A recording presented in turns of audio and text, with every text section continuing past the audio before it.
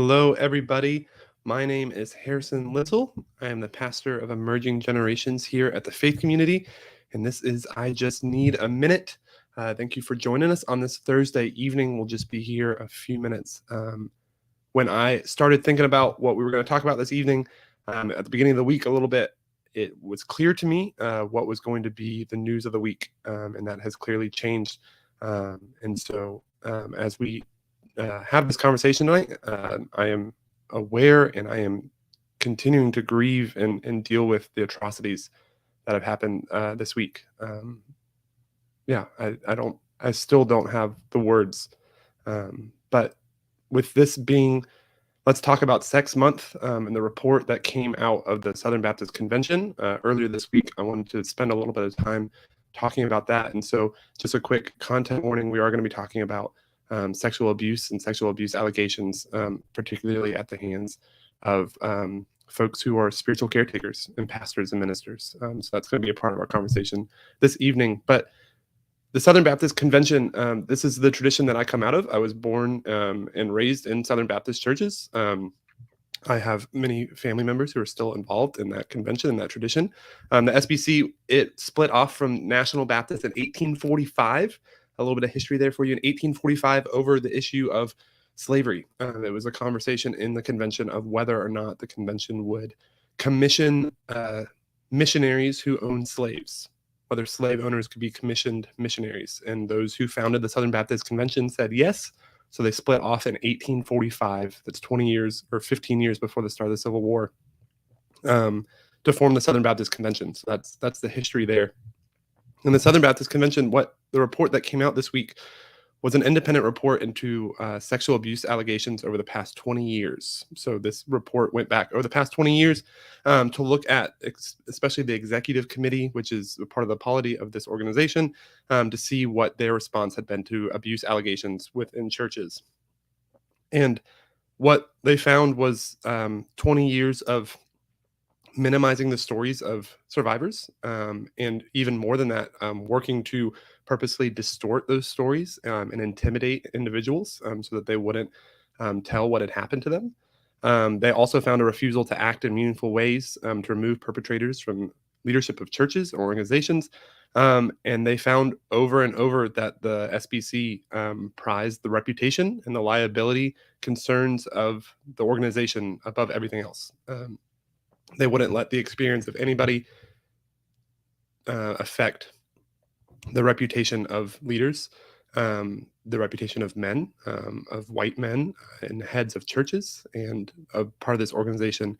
And liability concerns were cited over and over in these documents, in these messages back and forth between folks on why they were doing the things they were, because they wanted to shield the SBC, the Southern Baptist Convention, from liability concerns.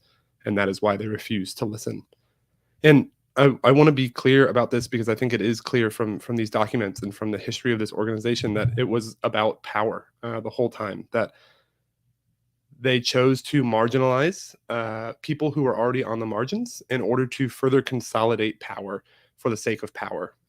This organization has a history of claiming certain ideals or issues as the reason why they do the things they do, but history has shown that it's not about any certain ideal. It is instead about power. Again, as it is, let's talk about Sex Month, quoting Janelle Monáe in her song Screwed. Janelle Monáe and Zoe Kravitz in that song, the bridge is everything is sex except sex, which is power. You know, power is just sex.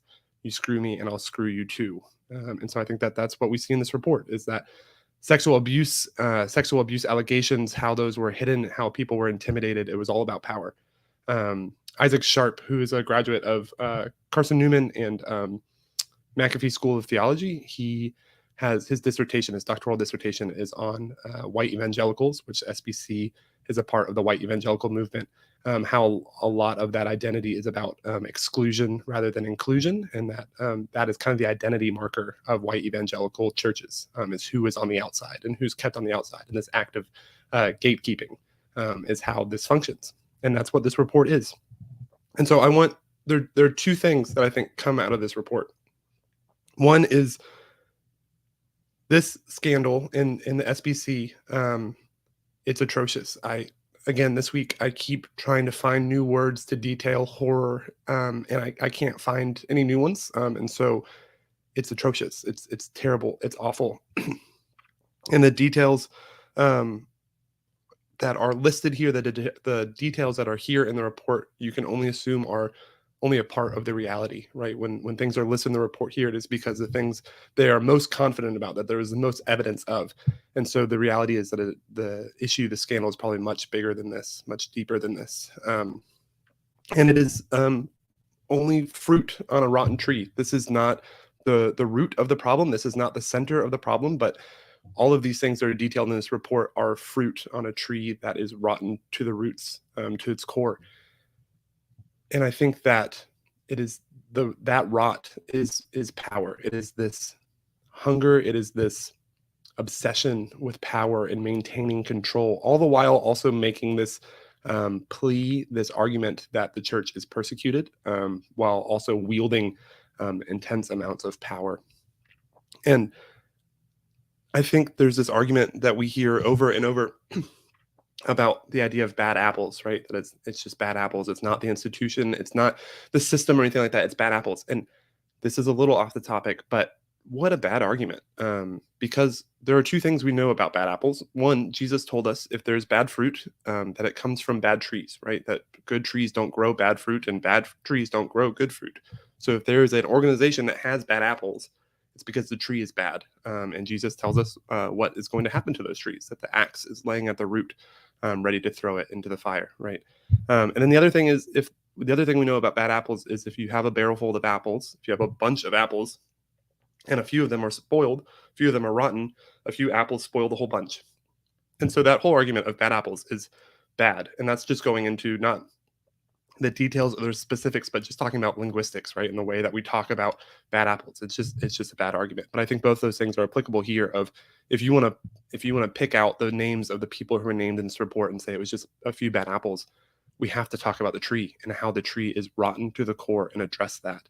An organization that was founded on commissioning missionaries out of those who hold other people as property, those are bad roots. And to find good fruit there is going to be hard.